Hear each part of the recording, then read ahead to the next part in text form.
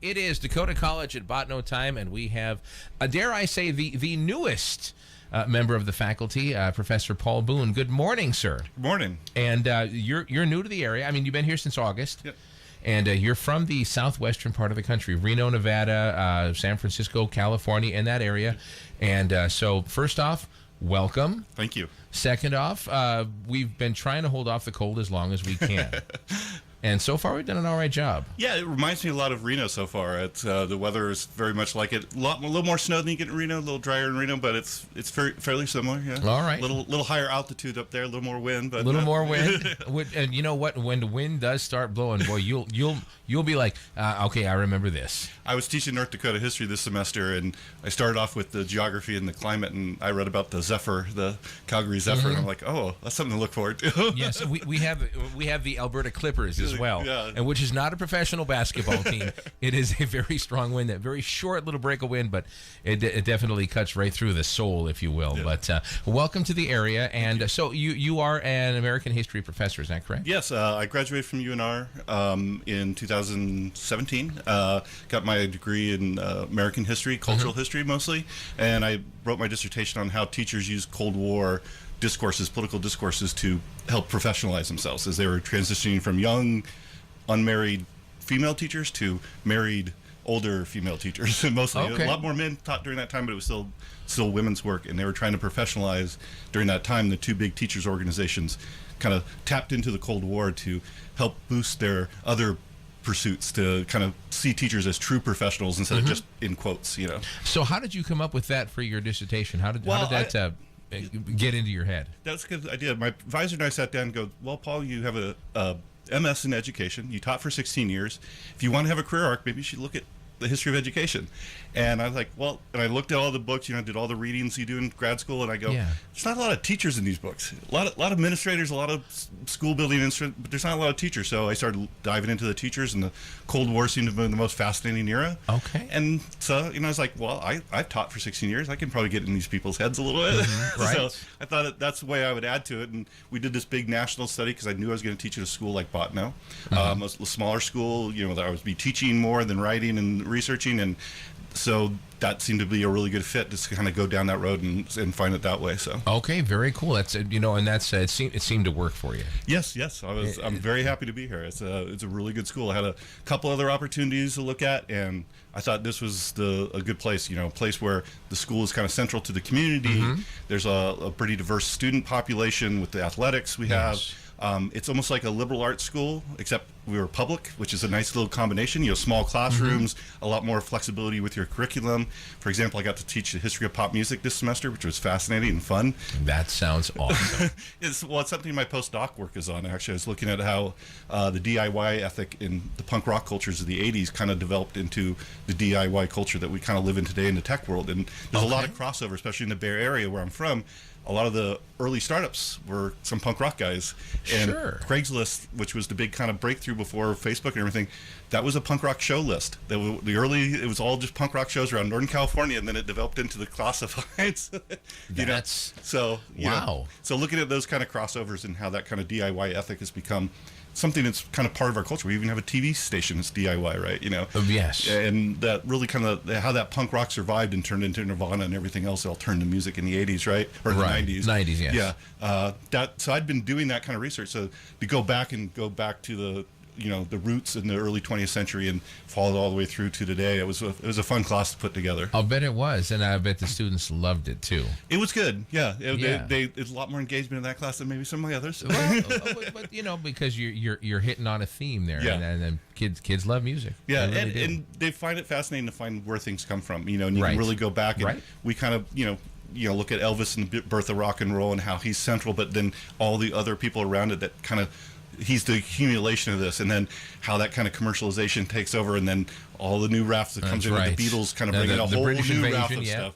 Where they take all that stuff from before, unlike the Beach Boys and stuff where you hear Chuck Berry in it, they have Chuck Berry and they have the Shirelles and everybody else, but it's Beatles music because it doesn't sound like anybody else but the Beatles, even though it has all this influence. So we kind of follow those big, convulsions all the way through Nirvana and then into the 2000s with Jay-Z and all that kind of stuff. Right. So as they're getting influence, they are influencing themselves. Yes, exactly. Influencing the other. Well, and we kind of artists. talk about that dynamic between appropriation and acculturation, right?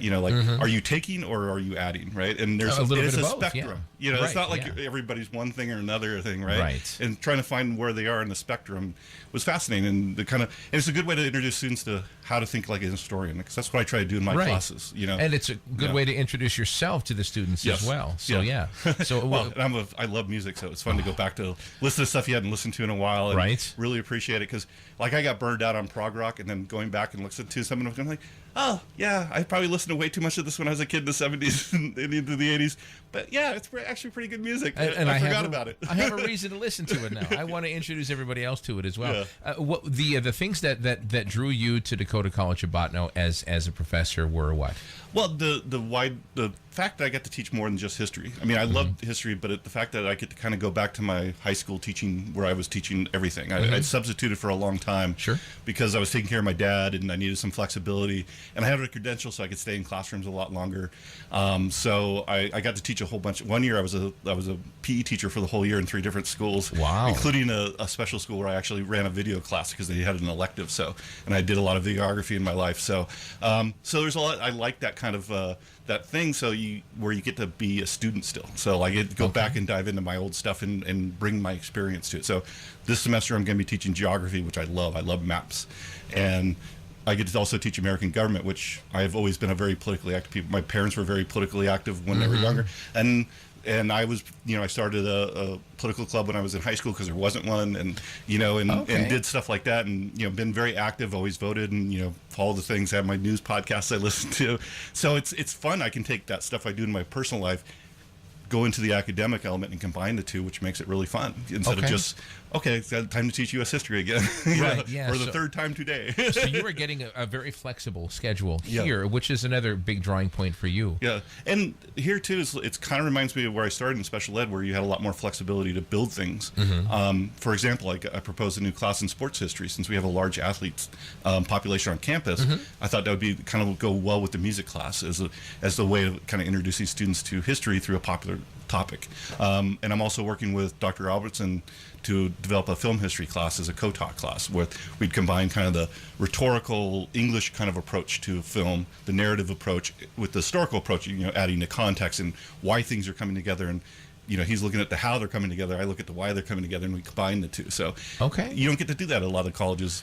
I mean, UNR is great because it was a place where you get to meet a lot of different people, get to explore a lot of different things, have a lot of research opportunities, and you did have some flexibility in the classroom, but here's the classes you're going to teach. Right. But now you're looking at the possibility of adding a few more classes next year. Yeah, and just that's a nice thing where you can just go right to your supervisor, and while Larry is very busy all the time, he always has time for everybody, and you don't get that sometimes at the big schools all the time. You don't get that kind of personal relationship with your supervisors and your administrators and stuff, and here Dr. Migler comes and checks in on us every couple of days, and talks to us, and and it's nice, because I rarely saw the president in Nevada unless he was giving a speech. Right, and that also correlates with the students as well. You also have a very good working relationship, and great relationship with the students as well because of the smaller class size. That's true, and I had several students in 2 of my classes, so I got to really know them really well, and hopefully I get to see them next semester too. So, and that one-on-one connection that I really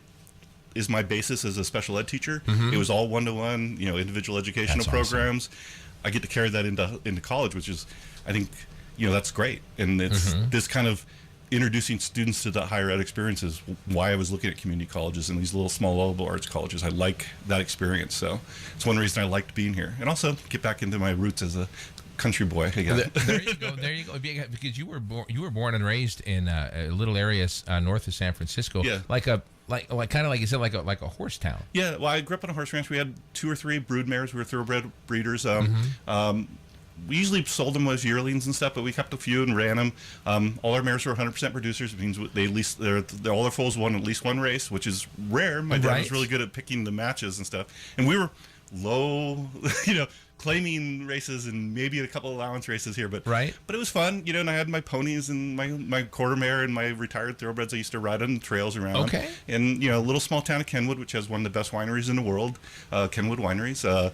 And you know, the bigger town, this county seat, Santa Rosa, was just the other way down the highway. You know. Wow. So it was you know, it was kind of nice. I grew up, you know, I was 5 miles from my closest friend, so I just go ride my horses, you know, wherever. Sure. We had a state park across the highway, so you know, go there for 6 to 8 hours a day. You know, I don't think you can do that anymore as a kid, but I think they frown on that. But now you've got some great country up here as well. You've got the state park and things like that in the Turtle Mountains. So and maybe one day again you'll invest in a horse and go riding up in the trails. Well, that's what I was thinking of. Once I get settled up here, maybe get a few acres and get a couple horses and retire, right? Yeah, exactly. Yeah, or keep teaching. I don't think I've had a big life, and I'm like, you know what? Why would I want to leave the classroom? I mean, I don't really see retirement until they have to make me move. Perfect. Well, you know what, we appreciate that, because I know that we do try to get the best faculty and the professors up here, and you seem to be a welcome addition to the list. Well, I appreciate that. Thank you. Appreciate that very much. I really do think it's a really good faculty. I've been very impressed with. I've observed several classes and meeting with all the faculty and in Senate meetings and in the curricular meetings we do. It's a really engaging, intellectual place, a friendly place. It's what you expect in a town like this. All right. Well, welcome, and we'll send you on your way, sir. Appreciate it. And I'm going to guess you probably have to do a little teaching later on this morning. I got to do a lot of grading this morning. Well, perfect. All right, Paul. Great to meet you. Great to meet you too. Thank you so much for your time. You bet. Dakota College of Botano. If you're looking for a place to go for some great education, look no further than Dakota College of Botano. All right.